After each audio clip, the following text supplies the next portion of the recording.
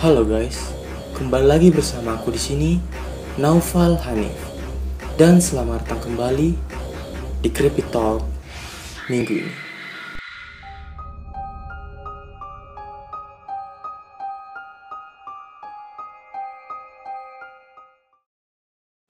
Pada tahun 1950-an di Pennsylvania Barat, itu ada satu urban legend gitu yang dikenal sebagai Charlie No Face, yang mengisahkan seorang pria tanpa wajah. Ya, ia dijuluki Charlie No Face karena memang ia tidak memiliki wajah.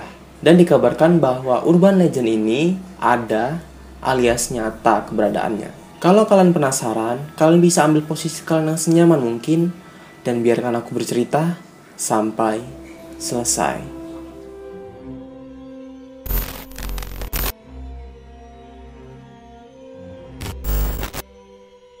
Kisah legenda Charlie No Face sempat beredar di Pennsylvania Barat itu sekitar tahun 1950-an sampai 1960-an. Pada masa itu, kerap sekali setiap malam itu ada pria tanpa wajah yang muncul di jalanan terpencil. Menurut legenda sendiri, pria tanpa wajah ini seringkali menakuti dan mengejar orang-orang. Dan tempat biasanya ia menampakkan diri itu ada di Piney Fork Tunnel, yaitu sebuah terowongan terbengkalai gitu di daerah Hillsville. Dan legenda mengatakan kalau misalnya ada mobil yang lewatin tunnel atau terowongan tadi, diharapkan si pengemudi ini menginjak gas dengan keras karena katanya si Charlie No Face ini bisa menghentikan mobil dengan seketika hanya dengan menyentuh mobil tersebut. Jadi kayak pas dia nyentuh, mobil itu berhenti gitu. Aku nggak tahu ini benar atau enggak, tapi katanya mitos-mitos di sana itu mengatakan seperti itu.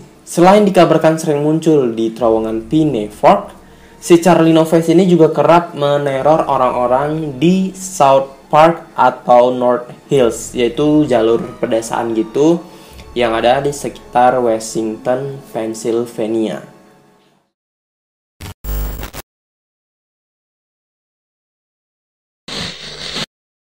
Meskipun diceritakan kalau si Charlie No Face ini sering menakut-nakuti orang yang ada di sana, tetapi cerita Charlie No Face ini bukanlah sosok fiktif belaka. Jadi ya keberadaannya nyata gitu. Memang benar-benar ada orangnya gitu. Raymond Robinson, ia adalah orang yang sering sekali dikaitkan dengan keberadaan Charlie No Face. Dikabarkan Raymond sendiri menderita fisik cacat karena kecelakaan saat ia masih anak-anak. Dan hal inilah yang membuat wajahnya sendiri menjadi cacat permanen. Diceritakan pada tahun 1919, pada saat itu Raymond sendiri masih berumur sekitar 8 tahunan. Dan pada saat itu ia lagi iseng-iseng gitu naik ke atas pohon untuk melihat sarang burung yang ada di atas kawat troli. Tanpa ia sadari, ternyata pohon yang ia naiki pada saat itu sangat dekat dan bahkan berimpitan dengan tiang listrik atau kabel listrik yang ada di sana.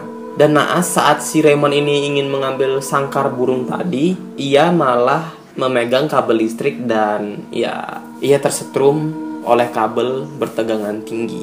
Dan seketika Raymond langsung jatuh ke tanah gitu. Dan dari kejadian tersebut Raymond cukup mendapat banyak luka bakar dan salah satunya adalah bagian wajahnya. Listrik bertegangan tinggi itu menyebabkan sebuah lubang di mata dan hidungnya yang mana membuat wajahnya itu menjadi cacat total dan hancur lah bisa dibilang. Karena melihat kejadian tersebut, orang tua dari Raymond ini segera membawanya ke dokter.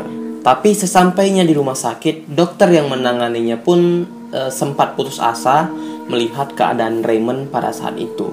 Dokter bilang kalau nyawanya si Raymond ini itu nggak bisa lagi diselamatkan karena sekitar setahun yang lalu dari kejadian si Raymond ini pernah juga terjadi ada seorang anak yang tersetrum juga gitu, tersetrum kabel listrik juga, sampai akhirnya si anak tadi itu pun meninggal. Tapi untungnya dokter tadi nggak berputus asa, ia berusaha sekuat tenaga untuk menolong Raymond agar si Raymond ini nggak meninggal. Dan entah kenapa keajaiban pun terjadi. Raymond kecil ternyata menunjukkan tanda-tanda bahwa ia masih bisa bertahan hidup.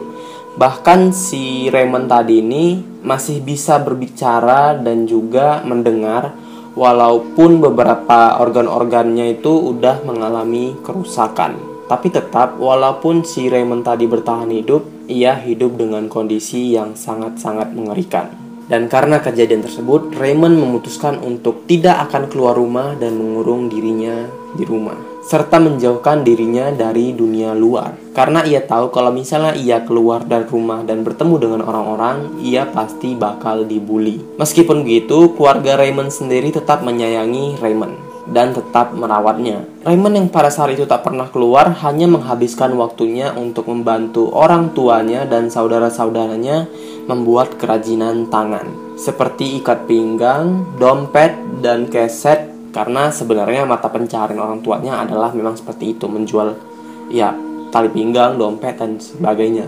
Dan kabarnya Raymond sendiri hanya akan meninggalkan rumah pada saat malam hari, dan ia hanya ingin berjalan-jalan keluar gitu. Kenapa pada saat malam hari? Karena kalau masalah malam hari itu kan nggak ada yang mengenali dirinya gitu, nggak ada yang melihat wajahnya dan nggak bakal ada yang membulinya. Tapi ia salah, karena walaupun pada malam hari tetap aja orang melihat si Raymond ini dan lari ketakutan gitu. Dan dari sinilah urban legend Charlie No Face dimulai. Pada saat itu ia mulai menakut-nakuti orang yang berjalan di sepanjang State Road 351. Selain dijuluki sebagai Charlie No Face, si Raymond sendiri ini dijuluki sebagai Green Man. Julukan tersebut berasal dari sorotan lampu mobil yang menyorot ke arah wajah si Raymond tadi. Kenapa bisa berwarna hijau? Karena si Raymond ini mengolesi wajahnya itu dengan petroleum jelly yang ia gunakan pada kulitnya yang rusak gitu.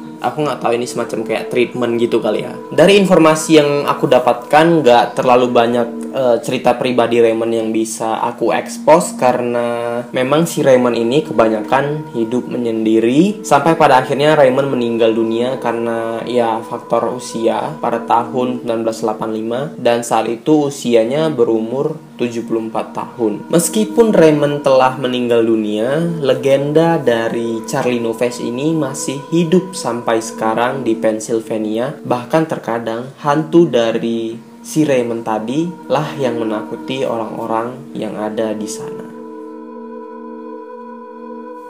Oke guys, itu aja untuk video Creepy Talk minggu ini. Kalau misalnya kalian suka dengan videonya, jangan lupa kasih like dan share video ini ke teman-teman kalian. Kalian boleh kasih pendapat kalian mengenai video kali ini di kolom komentar di bawah. Serta kalian juga bisa komen requestan kalian, apa yang harus aku bahas lagi di Creepy Talk berikutnya. Dan jangan lupa untuk klik subscribe dan nyalain loncengnya supaya kalian gak ketinggalan setiap aku upload video baru. Aku ucapin terima kasih buat yang udah nonton. Sampai jumpa di Creepy Talk berikutnya. Stay creepy, stay fear.